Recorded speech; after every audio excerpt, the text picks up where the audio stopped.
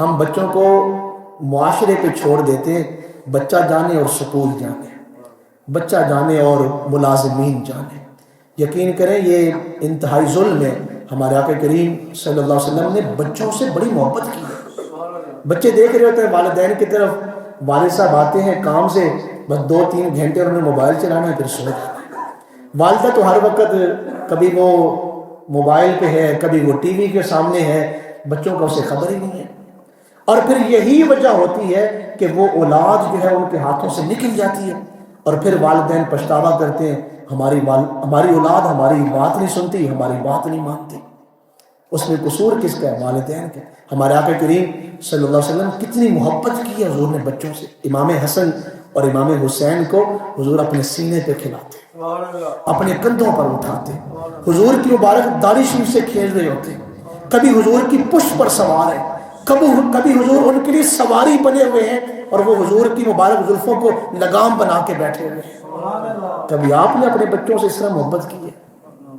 حضرت عباس کے بچوں سے حضور کھیلا کرتے تھے۔ جو حضور کے چچا ہیں حضرت عباس، ان کے بیٹے جب آتے تو حضور اپنی یوں باہیں کھول دیتے اور حضور ان کے سامنے بیٹھ جاتے۔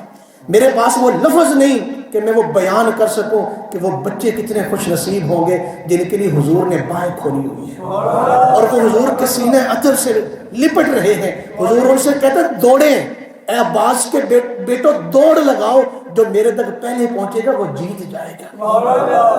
سیدہ فاطمہ کے بارے میں آپ نے نہیں پڑھا؟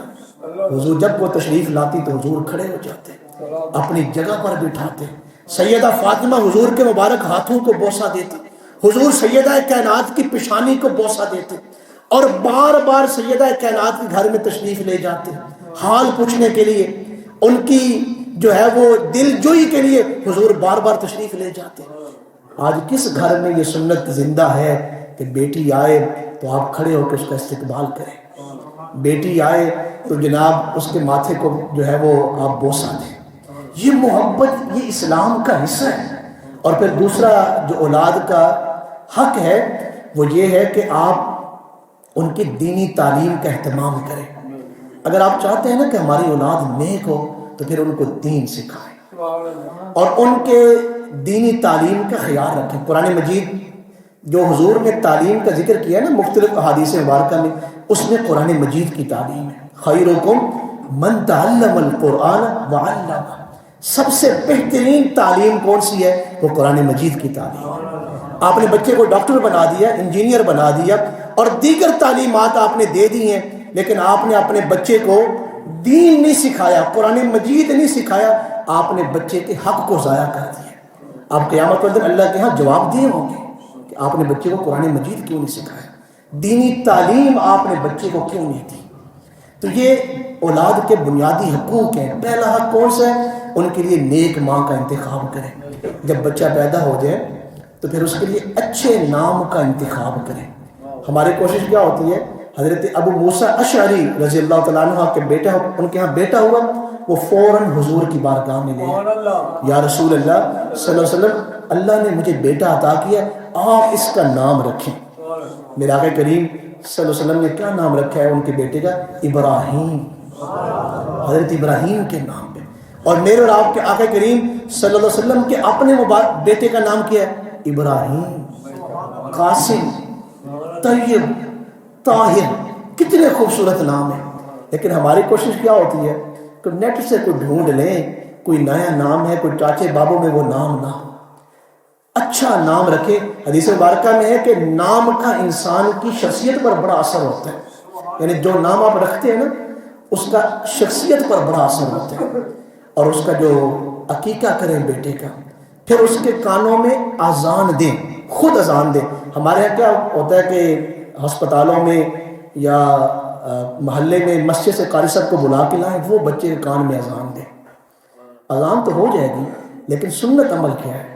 میرے آقا کریم صلی اللہ علیہ وسلم نے کبھی کسی نماز کے لیے خود اذان نہیں دی، لیکن حضور کے ہاں جب نواسے پیدا ہوئے تو حضور نے ان کے کانوں میں خود اذان دی، خود اذان دی۔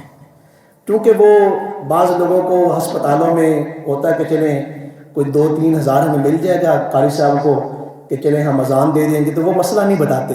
فضیلت والا عمل کون سا ہے کہ آپ خود اذان دیں، پھر کوشش کریں خود نیک بنے.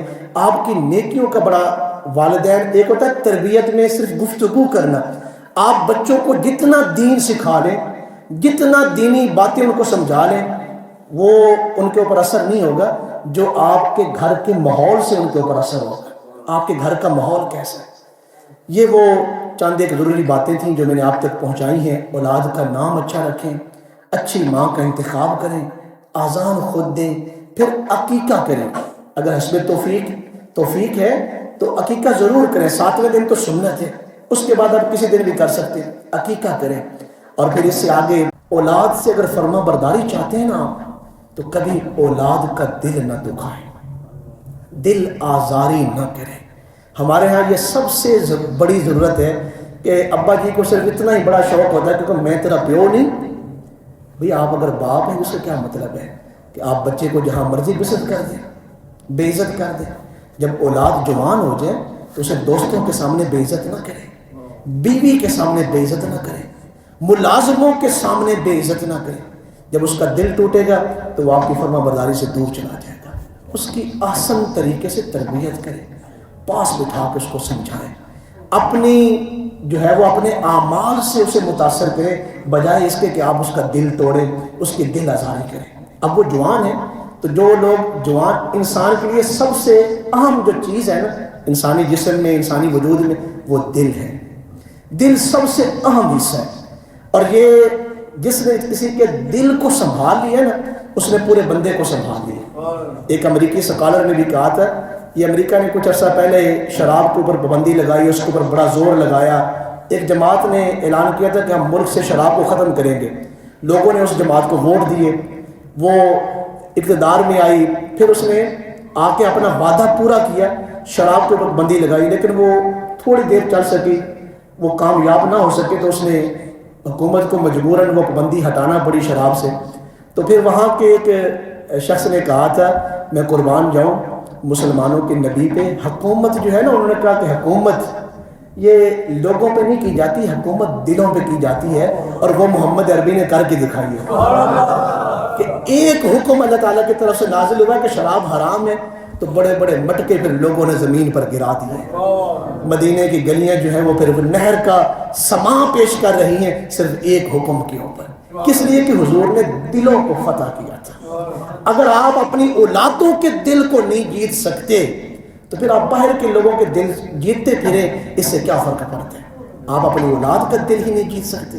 اولاد کو آپ تانے دیتے ہیں، لوگوں کے سامنے بے عزت کرتے ہیں، لوگوں کے سامنے ان کی خامیاں بیان کرتے ہیں. اب اس کے دل میں تو ہے نا، اس کے سینے میں دل تو ہے، وہ ان چیزوں کو محسوس کرتے ہیں.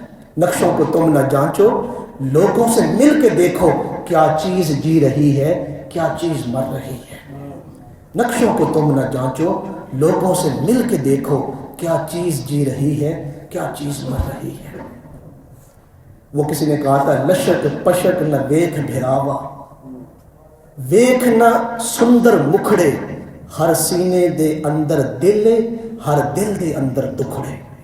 ہر سینے دے اندر دل، ہر دل دے اندر دکھڑے. اولاد کا کبھی دل نہ دکھائے. یہ میں آپ کو بہت بڑا وظیفہ بتا رہا ہوں. اگر بڑھاپے تک اولاد کی فرما برداری چاہتے ہیں پھر کبھی ایسا عمل نہ کریں جس سے اس کے دل کو تکلیف پہنچے، دل دکھے، وگرنہ آپ اولاد آپ کے ہاتھوں سے نکل جائے گی. اور اس میں جو اہم بات میں آپ تک پہنچانا چاہتا ہوں نوجوان بچوں تک، والدین جو ہے نا یہ اللہ تعالیٰ کی بہت بڑی نعمت. والدین اگر بعض دفعہ کسی بچے کا دل دکھاتے بھی ہیں نا تو ان کی نیت ہرگز یہ نہیں ہوتی، کوئی نفرت نہیں ہوتی، وہ تربیت کر رہے ہیں، لیکن چونکہ ان کی اپنی تربیت نہیں ہوتی کہ بچوں کی اصلاح کیسے کرنی ہے تو پھر وہ اس طرح کی گفتگو کرتے ہیں جس سے اولاد کے دل ٹوٹتے ہیں. اس کے باوجود اولاد کبھی بھی والدین کی بے ادبی نہ کرے. میں نے حدیث مبارکہ میں پڑھا کہ والدین کی جو خدمت ہے نا یہ اولاد کے اوپر فرض ہے، اور جو والدین کا ادب ہے ہر حال میں، والدین کا جو ادب ہے وہ فرض ہے. حدیث مبارکہ قیامت والے دن جب والدین جنت میں اپنے مقام پر پہنچیں گے تو وہ کہیں گے اللہ تعالیٰ کی بارگاہ میں، یا اللہ ہمارے بچے کہاں ہیں. انسان جنت میں ہو تو ڈھونڈ کسے رہا ہے کہ میری اولاد کہاں ہے، میرے بچے کہاں. اللہ تعالیٰ فرمائے گا کہ تمہارے بچے تم سے نیچے والے درجے میں ہیں، جنت سے نیچے والے درجے میں، تمہارا مقام اوپر ہے، بچے نیچے ہیں. تو وہ کہیں گے یا اللہ ہمارے دل کو چین اور قرار تب ملے گا جب ہم اپنی آنکھوں سے اپنی اولاد کو دیکھ لیں. ہے کہاں؟ جنت میں. جنت میں بلا دل میں بے قراری رہ سکتی ہے؟ یہ والدین ایک ایسی نعمت ہے جو جنت میں بھی بے قراری کی صورتحال میں ہے. کس لیے؟ کہ ہم اپنے بچوں کو دیکھ سکیں. وہ کسی نے کہا تھا، بڑی اچھی بات اس نے کہی تھی، دنیا تو چاہتی ہے جوانی ہو ختم شد، پر ماں یہ چاہتی ہے کہ میں بوڑھا دکھائی دوں. لوگوں کے بس میں ہو تو وہ آپ کو جوان بھی نہ ہونے دیں اور آپ کو مار دیں، لیکن یہ کون سی ہستی ہے جو یہ چاہتی ہے میرا بیٹا بڑھاپے تک زندہ رہے، میں اپنے بیٹے کو بڑھاپے تک دیکھوں. دنیا تو چاہتی ہے جوانی ہو ختم شد، پر ماں یہ چاہتی ہے میں بوڑھا دکھائی دوں. اللہ تعالیٰ فرمائے گا وہ جنت کے نچلے درجے میں، آپ سے نیچے درجے میں ہے. یا اللہ ہم دیکھنا چاہتے ہیں اپنی اولاد کو. اور یہ حکم کافی تھا کہ اللہ اولاد کو بھیجتا کہ تم چلے جاؤ اپنے بچوں کو مل لو. اللہ کو یہ گوارا نہیں کہ والدین اپنے بچوں کے پاس جائیں. اللہ نچلے درجے سے اولاد کو بلائے گا اور اوپر والے درجے میں والدین سے ملاقات کروائے گا. یہ عظیم رشتہ ہے.